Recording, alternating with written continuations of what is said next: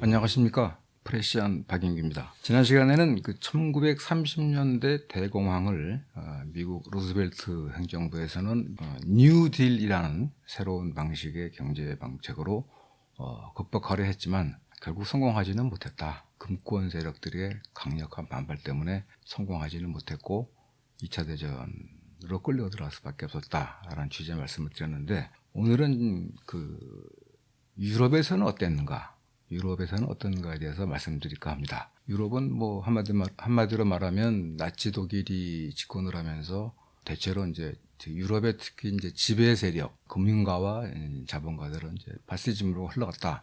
이제 그런 취지의 말씀일 텐데요. 그런 그 과정과 배경에 관해서 말씀을 드리도록 하겠습니다. 말씀드리기 전에 제가 이제 이런 것들을 보면 중요한 참고 도서를 소개해 드릴까 하는데요. 벨기에의 역사학자 겸 정치학자인 자크 파월이라는 사람이 있습니다. 이분이 쓴 그 좋은 전쟁이라는 신화, 그러니까 2차 대전이 좋은 전쟁이라는 그런 신화가 있다. 근데 실제로는 그렇지 않다. 이제 그런 얘기고요. 또 하나는 이제 자본은 전쟁을 원한다라는 책이 있습니다. 이것은 이제 그 히틀러의 집권 배경과 뭐 그 과정을 다룬 책인데, 원제목은 이제 빅 비즈니스 앤 히틀러입니다. 대기업과 히틀러. 대기업 대자본들은 히틀러를 좋아했다. 뭐 이제 그런 취지인데, 이분은 이제 그 벨기에 사람이고 캐나다에서 정치학 박사, 역사학 박사를 받은 분인데, 특히 1차 대전, 2차 대전에 대해서 수정주의라고 할까요? 그러니까 이건 기본적으로 계급 전쟁이었다. 국가 간의 전쟁이기보다는. 그래서 굉장히 좀 그 비판적으로 쓰신 분입니다. 그래서 이 두 책은 다 국내에 번역이 돼 있기 때문에 혹시 관심이 있으신 분은 한번 읽어보시면 좀 더 깊은 이해를 할 수 있을 거라고 생각합니다. 좋은 전쟁이라는 신화, 자본은 전쟁을 원한다. 이 책을 한번 좀 읽어봐 주시기를 권합니다. 보통 그 1919년부터 1939년까지, 그러니까 보통 전간기라고도 하는데 2차 대전과 2차 대전 사이여서 이때를 이제 위기의 20년이라고도 얘기를 하죠. 왜 위기인가?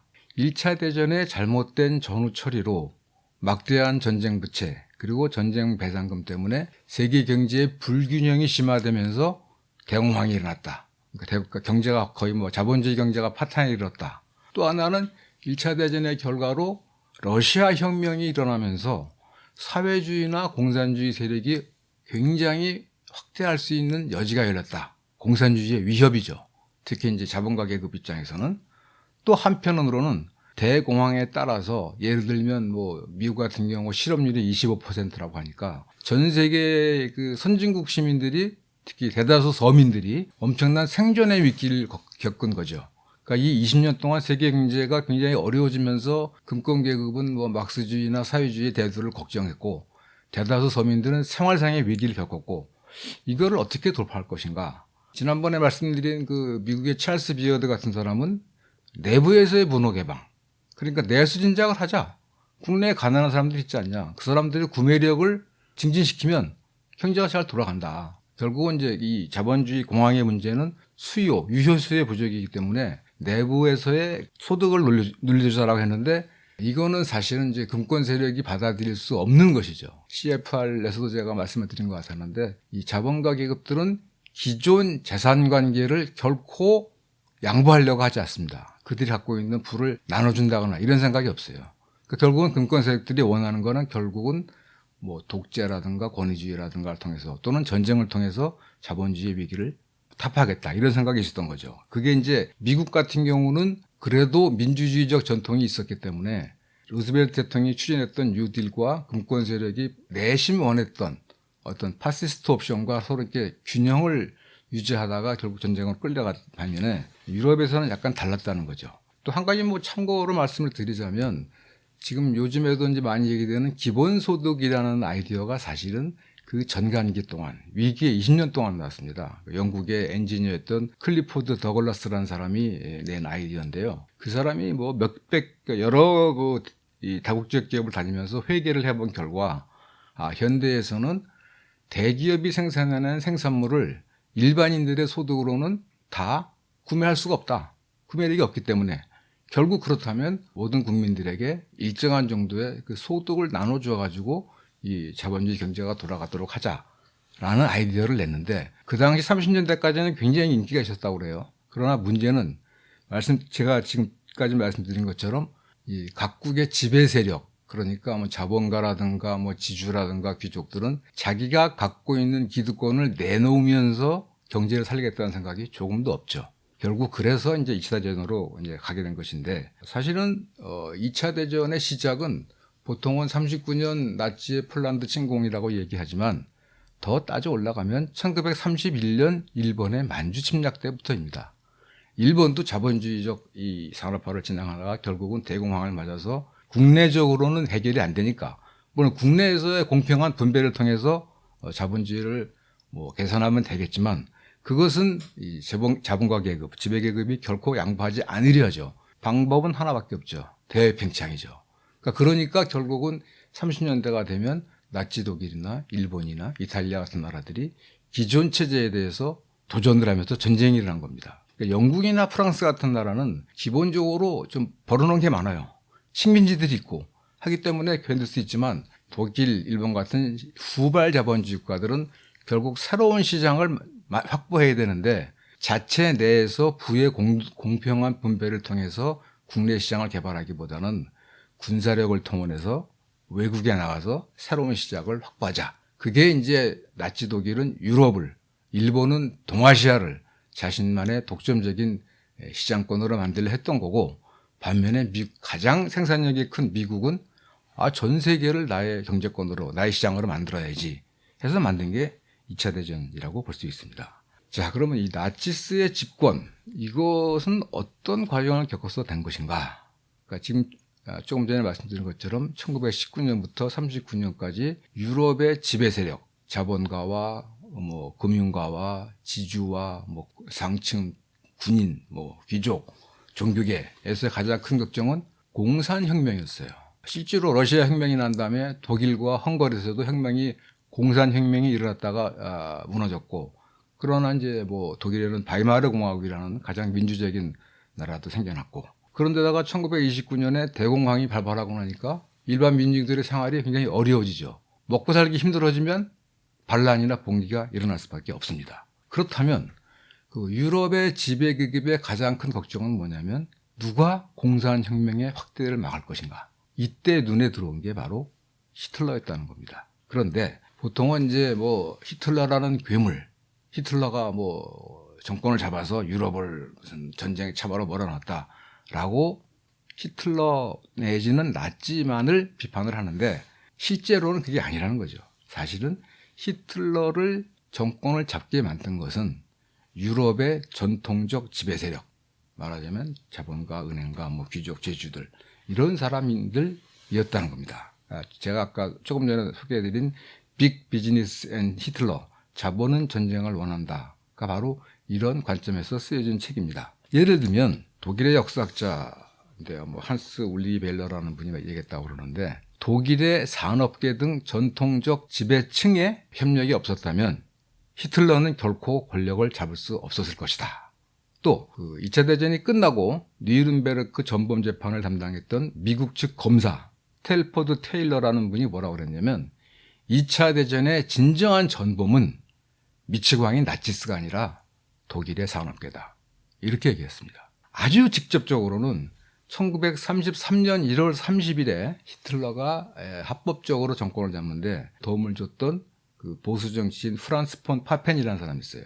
그 사람이 바로 그날 뭐라 그랬냐면, 우리가 히틀러를 고용했다, 이렇게 얘기했습니다. 결국은 이 독일의 전통적 지배계층이 보기에, 독일은 사실은 이제 자유주의 전통이 없어요. 그러니까 영국이나 미국 같은 자유주의 전통이 없고, 융커라고 그래서 동부 지역의 대주주, 또 군인, 또 뭐 종교계, 여기에 이제 자본가 은행가들이 연합한 세력인데, 거기서 보기에 그 밑으로부터의 저항, 밑으로부터의 혁명을 막을 수 있는 가장 최적격의 인물이 결국은 히틀러였더라라는 얘기인 겁니다. 그 과정을 잠깐 살펴보면, 히틀러는 원래 그 오스트리아의 그 세관 공무원의 아들이었다고 그러죠. 그리고 1차 대전 때 일반 병사로 참전했었죠. 그리고 이제 1923년도에 이른바 뮌헨에서 맥주홀 폭동이라는 거를 일으켰다가 1년 동안 이제 일종의 반란이죠. 근데 뭐 1년 만에 나왔어요. 근데 감옥에 있으면서 나의 투쟁에 대한 책을 썼고, 또 하나는 이제 그 맥주홀 폭동에서 얻은 교훈이, 이게 무력 봉기로는 정권을 잡을 수 없구나. 선거를 통해 잡아야 되겠구나 해서 당을 만듭니다. 그게 바로 나치죠.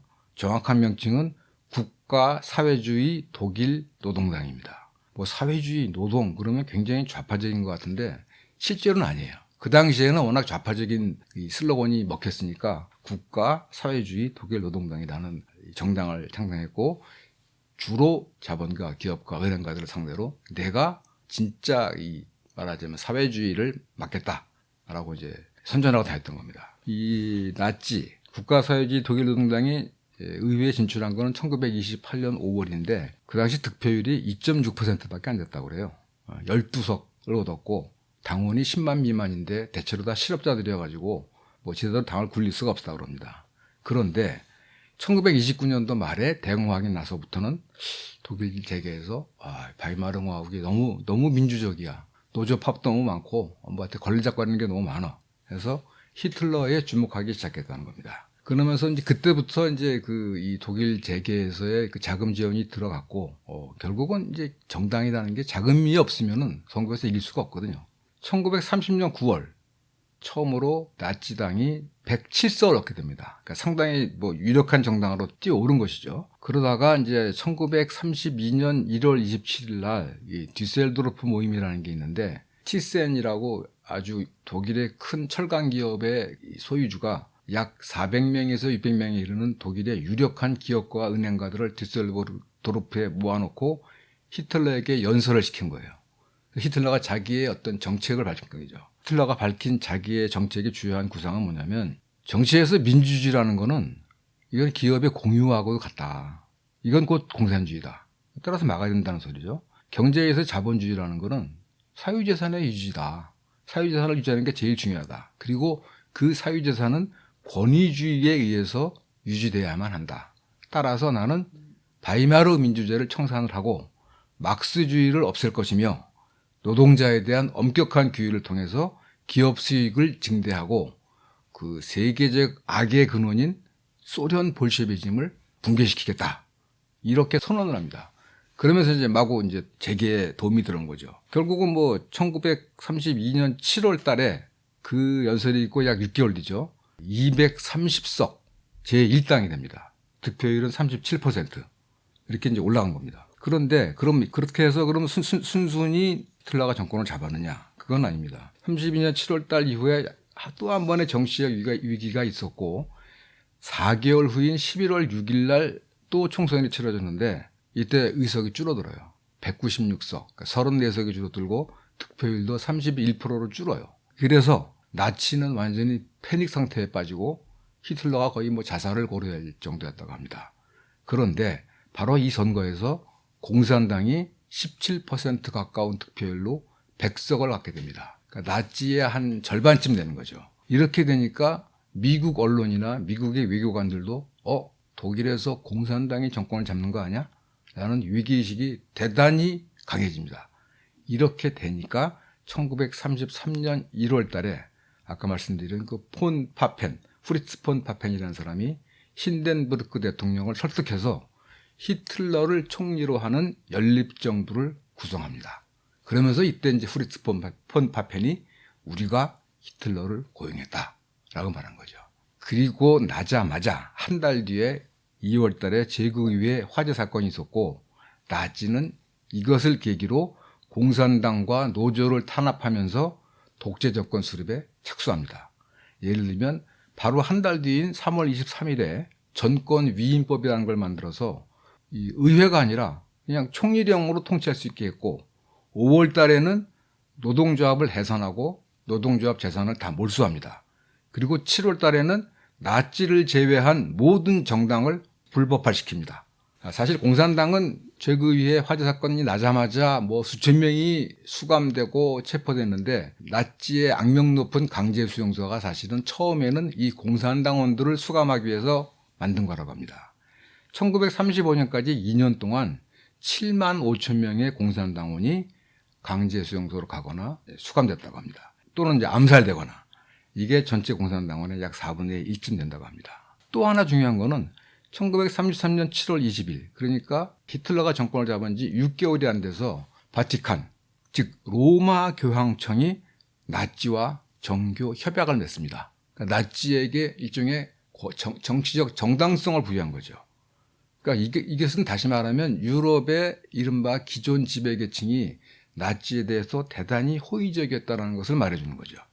1934년 8월 달에 힌덴부르크 대통령이 사망하니까 의회에서는 히틀러를 총리 겸 대통령으로 임명해 줍니다. 즉 총통이 된 거죠. 이때부터는 뭐 막강한 권력을 휘두른 거죠. 자기 마음대로. 그런데 보통 흔히 나치도 선거로 권력을 장악했다. 그런 얘기를 많이 하잖아요. 그러나 나치는 이 선거 과정에서 한 번도 과반 의석을 차지한 경우는 없습니다. 그 33년 2월 말에 제국의회 화재 사건이 나자마자 바로 열흘도 안 돼서 총선을 또 치렀거든요. 말하자면 이제 나치가 정권을 잡은 상태에서 모든 수단을 동원해서 총선을 치렀는데 그때 득표율이 43.9%예요. 과반이 안 됐죠. 결국은 독일의 기존 지배급의 협조에 의해서 독재 정권을 수립할 수 있었던 것이고 그것에 히틀러는 독일의 자본가나 은행가나 귀족 지주들의 이익을 보호하는 것으로서 보답했다는 것입니다. 그러면 나치는 어떻게 해서 대공황을 극복할 수 있었나? 재무장입니다. 즉 전쟁을 준비한 거죠. 이미 1933년 7월부터 재무장을 시작했다고 그래요. 근데 사실은 베르사유 평화조약에 의해서 나치의 재무장은 엄격하게 제한되어 있었어요.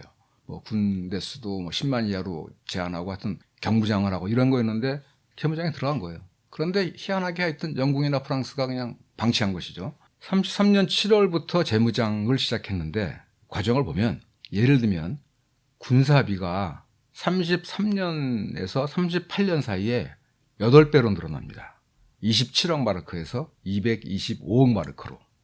예산 대비로 따지면 33년에는 4%를 군사비로 썼는데 38년이 되면 50% 육박합니다. 이건 뭐 전쟁하겠다는 얘기죠.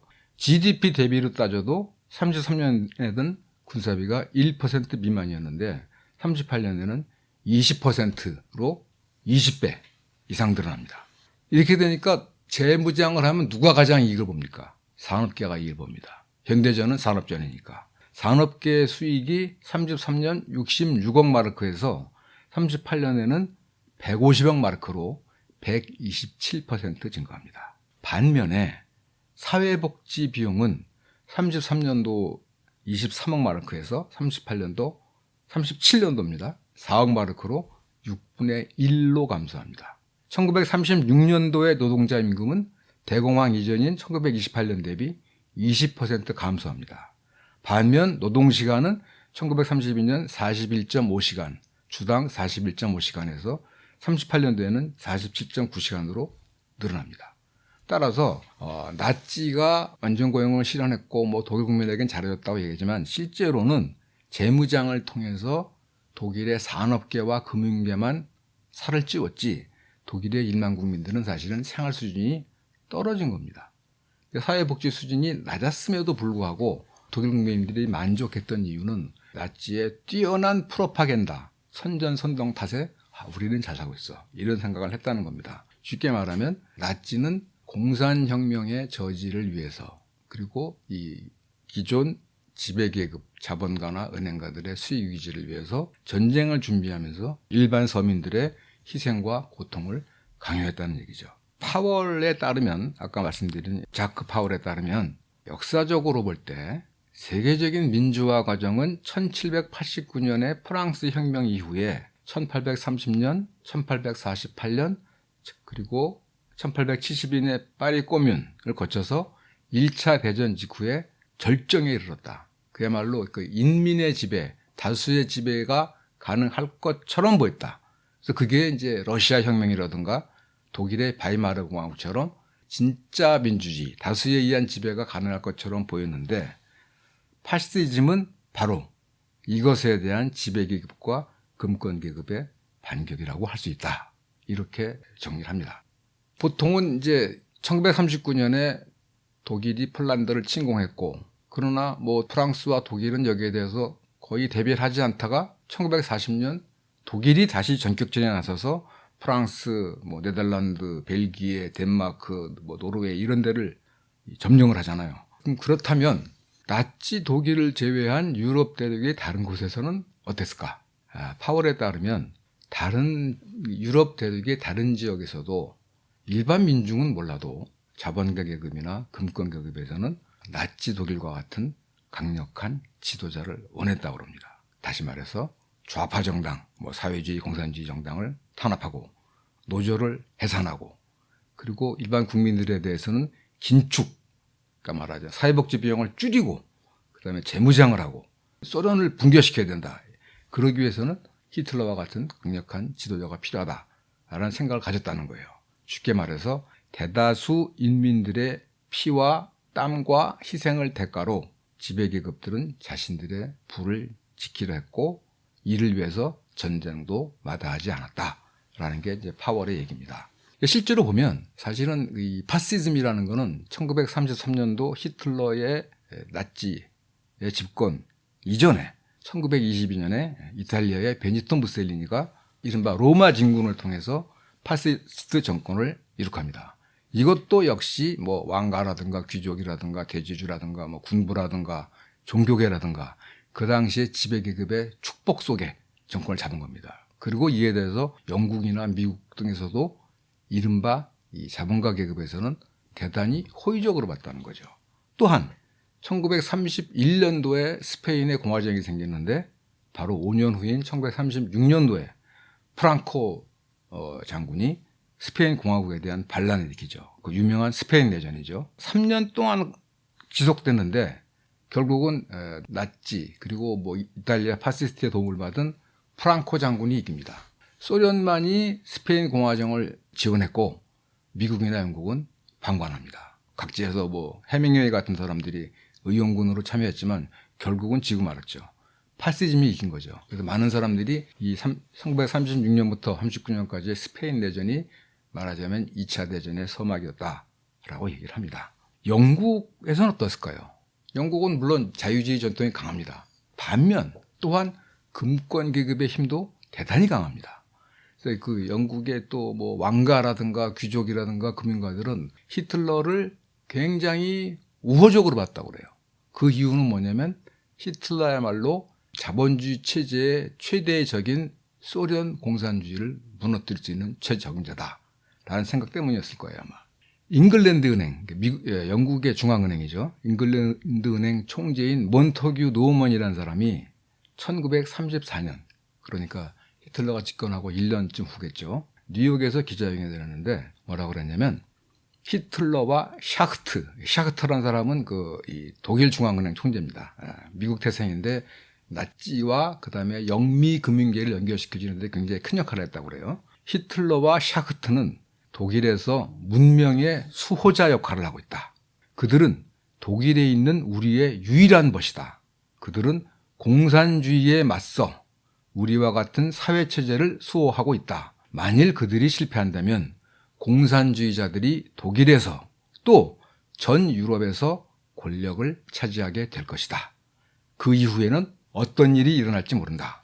그러니까 히틀러야말로 문명의 방파제, 공산혁명으로부터 유럽을 지키는 서구 문명의 수호자라는 얘기인 거죠. 프랑스의 경우는 어땠을까요? 프랑스는 사실은 좀 이 프랑스 혁명의 전통도 있고 그래가지고 굉장히 좌익이 강합니다. 공산주의가 강한 나라입니다.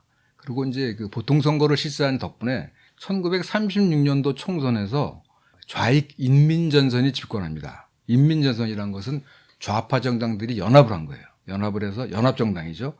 근데 그 사회학자 레옹 블룸이라는 사람이 총리가 되고 어쨌든 좌파가 집권을 합니다. 1936년도에. 그러니까 프랑스 산업계와 금융계에서는 난리가 났다는 거예요. 블룸보다는 차라리 히틀러가 낫다. 이런 얘기까지 났다고 합니다. 실제로 1937년 11월 15일 날 프랑스의 파시스트와 군부가 쿠데타를 시도합니다. 근데 실패했죠. 여전히 좌파 정권이 지속된 겁니다. 근데 이제 1940년 4월 달에 독일의 공격으로 6주 만에 프랑스가 패배해요. 이것에 대해서 그 당시에도 그 마르크 블로흐라는 유명한 그 역사가가 있는데 이분은 이제 레지스탕스 활동을 하다가 독일군에 잡혀서 사형당합니다. 이분이 이상한 패배다. 어떻게 이렇게 쉽게 패하냐. 2차 대전 때는 4년 동안이나 싸우는데 이상한 패배라는 얘기를 했는데 이것에 대해서는 이제 프랑스 역사학계에서는 프랑스 정치가와 군부가 사실은 의도적으로 패배한 거다.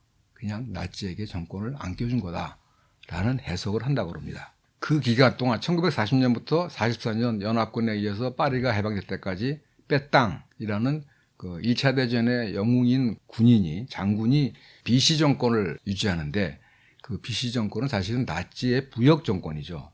그 기간 동안에 비시 부역 정권 동안에 프랑스 노동자들의 실질 임금이 약 50% 가까이 감소하고 프랑스인들의 평균 몸무게가 10 내지 12kg가 감소했다고 그래요.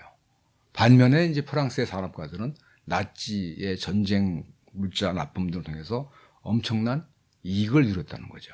좀 희한하죠. 자크 파울에 따르면 프랑스 역사학자 아니 라크루아 리즈라는 분이 있는데 이분이 이제 그 과정을 자세히 서술했다고 그래요. 저는 뭐 읽어보진 못했습니다만 책 제목을 보면 패전의 선택, 뮌헨에서 비시까지. 비시라는 건 이제 빼땅 비시 정권을 말하는 거죠. 또 한 책은 뭐 1940년에서 44년까지의 프랑스 엘리트층, 독일과의 협력에서 미국과의 연대까지. 그러니까 2차 대전에서 프랑스가 패배한 것은 프랑스의 지도층이 차라리 나치한테 지는 게 낫다.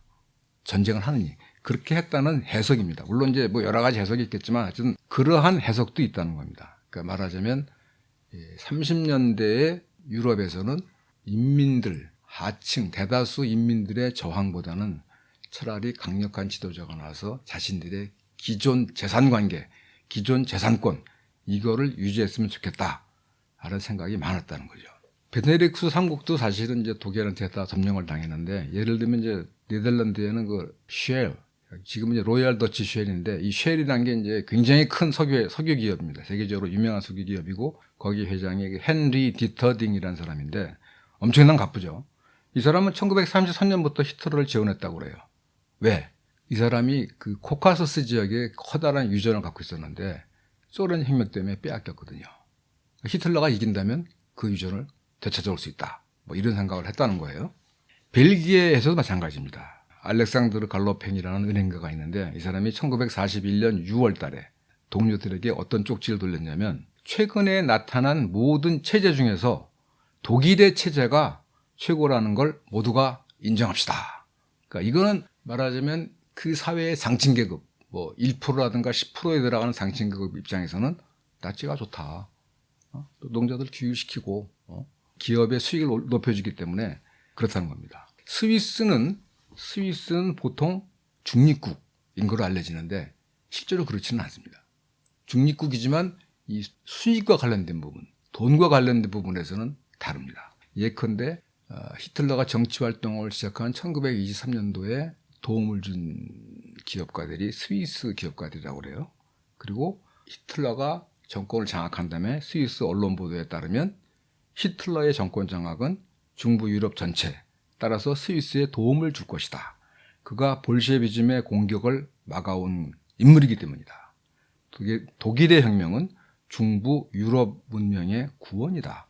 이렇게 얘기를 합니다. 그리고 스위스가 중요한 이유는 2차 대전 기간 동안에 나치가 그 유대인 등으로부터 빼앗은 또는 유대인이나 피점령국으로부터 빼앗은 금을 현금화하는데 중요한 도움을 줬기 때문입니다.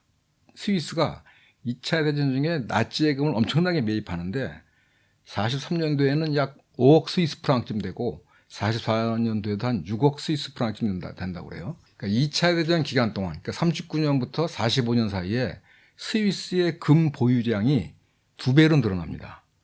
23억 7천만 스위스 프랑에서 46억 7천만 스위스 프랑으로 2배가 늘어나는데 그 대부분이 나치의 금이에요. 나치의 금은 무슨 정상적 경제활동을 통해서 확보한 게 아니라 군사적으로 강압적으로 빼앗은 거예요. 특히 뭐 유태인들로부터. 그것을 현금으로 바꿔줌으로써 나치는 전쟁 저금을 확보할 수 있었다는 거죠. 또 스위스에는 사실은 이제 BIS 국제결제은행이라고 그래서 1930년도에 미국이 만든 은행인데 이것은 이제 독일로부터의 배상권을 받기 위해서 만들어낸 은행인데 이 BIS라는 은행을 통해서 나치가 뭐 영국이라든가 미국이라든가 세계의 자본가로부터 상당한 전쟁 자금을 확보하게 된다고 합니다. 그리고 지금 말씀드린 뭐 금이라든가 또는 뭐 고가의 미술품이라든가 이런 것들을 팔고, 그러니까 그런 돈 세탁을 하는데 굉장히 유용하게 썼다고 하죠. 그러니까 스위스도 겉으로는 중립일지 몰라도 나치 독일을 은연중 도왔다는 겁니다. 네, 이것은 이렇게 이제 많은 유럽 대륙의 많은 국가들이라고 하지만 사실 국가들의 지배계급이죠. 뭐 은행가라든가 금융가라든가 또 뭐 기업가라든가 지주, 귀족, 종교계 이런 사람들인데, 이 사람들은 아마도 나치 독일이 아주 오랫동안 유럽을 지배할 것이다. 그 안에서 우리 잘 됐다. 뭐 아래 것들, 이 90%의 이 불만들을 잠재우고 우리의 기득권, 재산권을 수호하자라고 생각을 했다는 거예요. 그래서 이제 우리는 보통 이제 그 39년 이후에 나치가 유럽 대륙을 석권하면서 많은 유럽인들이 고통을 받았을 것이다. 물론 고통을 받았죠. 전쟁을 했으니까. 라고 생각하지만 그 고통을 받은 것은 대다수 민중들이고, 재계라든가 귀족이라든가 뭐 이런 사회의 상층부들은 사실은 나치와 협력을 하면서 어떻게 보면 번영을 누렸다라고 말할 수 있을 것입니다. 결국은 이제 이렇게 뭐 요약을 하자면 1차 대전의 잘못된 전후 처리로 1930년대에 대공황이 일어났고, 미국에서는 뉴딜이라는 미국 역사상 가장 진보적인 경제 실험을 통해서 경제 위기를 극복하려 했으나 성공하지는 못했고, 유럽에서는 독일이라는 데서 나치 독일이 나오면서 군사적 방법에 의해서 자신의 생존을 도모했고, 동아시아에서는 일본 군국주의가 만주 침략에 이어 중국 침략을 하면서 독점적 경제권을 이루려고 했고, 이것이 결국은 41년 12월 7일 일본의 진주만 기습으로 미국을 참전시키면서 진짜 본격적인 2차 대전으로 이루어진다는 거죠. 보통 이제 그 2차 대전은 미국 사람들이 좋은 전쟁이라고 그러는데, 뉴딜로도 극복을 하지 못한 대공황을 극복을 했고, 또 나치와 일본 군국주의라는 진짜 괴물, 인류의 적들을 물리쳤기 때문에 굉장히 좋은 전쟁이라고 얘기합니다만, 그리고 이후 미국은 항상 지금까지도 우크라이나 전쟁까지도 미국은 세계의 자유와 민주주의를 위해서 전쟁을 하고 있다 주장을 하고 있는데, 과연 그런가? 그 자커 파월의 주장에 따르면 그렇지 않다. 자유와 민주주의는 명분이고 속내는 미국 대기업의 이익을 수호하고 확대하는 것이었다 라는 말을 합니다. 다음 시간에는 그 2차 대전의 실상이 무엇이었는가에 대해서 말씀드리도록 하겠습니다. 지금까지 들어주셔서 감사합니다.